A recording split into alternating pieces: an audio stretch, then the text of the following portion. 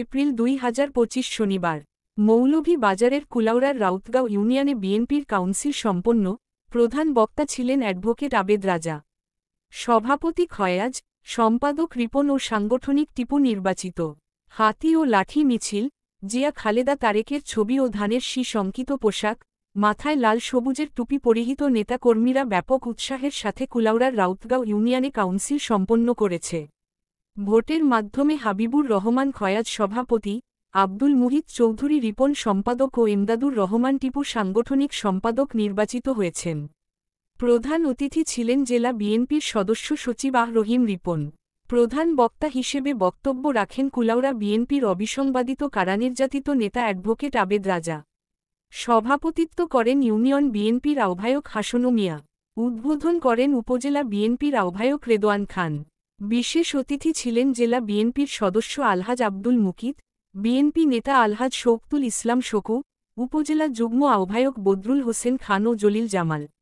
বক্তব্য রাখেন জেলা, উপজেলা বিএনপি ও অঙ্গ সংগঠনের নেতৃবৃন্দ।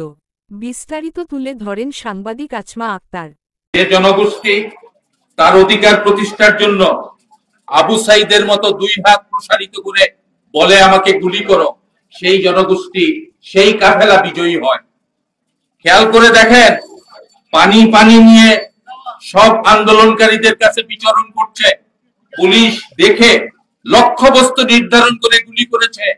সেই মুগ্ধরা যখন জীবন আত্মহুতি দেয় তখন এই জনগোষ্ঠী বিজয়ী হয়। 47-এর কথা বলে, যখন প্রত্যক্ষ সংগ্রামের ডাক দিয়ে যখন গোটা উপমহাদেশ বন্ধের কথা বলেছিল, শত শত মানুষ জীবন আত্মহুতি দেওয়ার পর সেই ব্রিটিশরা ভেবেছে না, এখানে এখানে স্বাধীনতা দিতে হবে।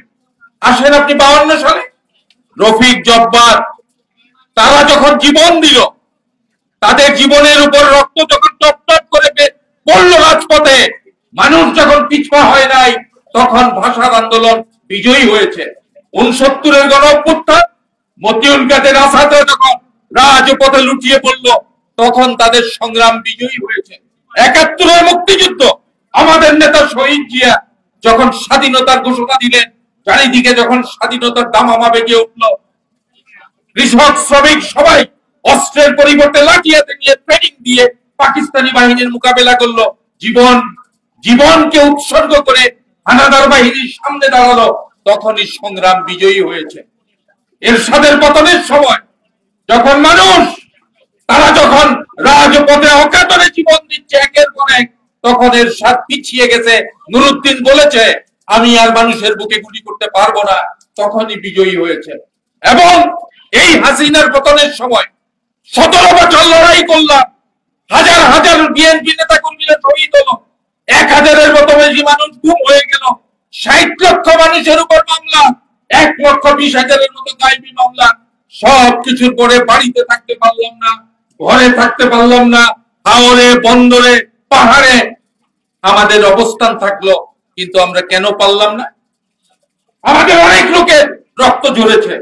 এই রক্তটি কেন সুরমা কুশিয়ারা মরু দলাই দিয়ে বঙ্গোপসাগরে মিশে সারা পৃথিবীর নদ নদীগুলোতে, মহাসমুদ্রগুলোতে প্রবাহিত হতে পারলো না?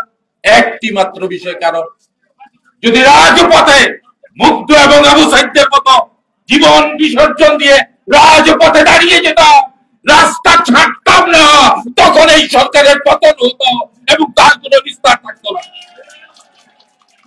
তাইলে কেন হয় নাই? সংগঠনটা সেভাবে করতে পারি নাই। কি অঙ্গ সংগঠন, কি মূল সংগঠন?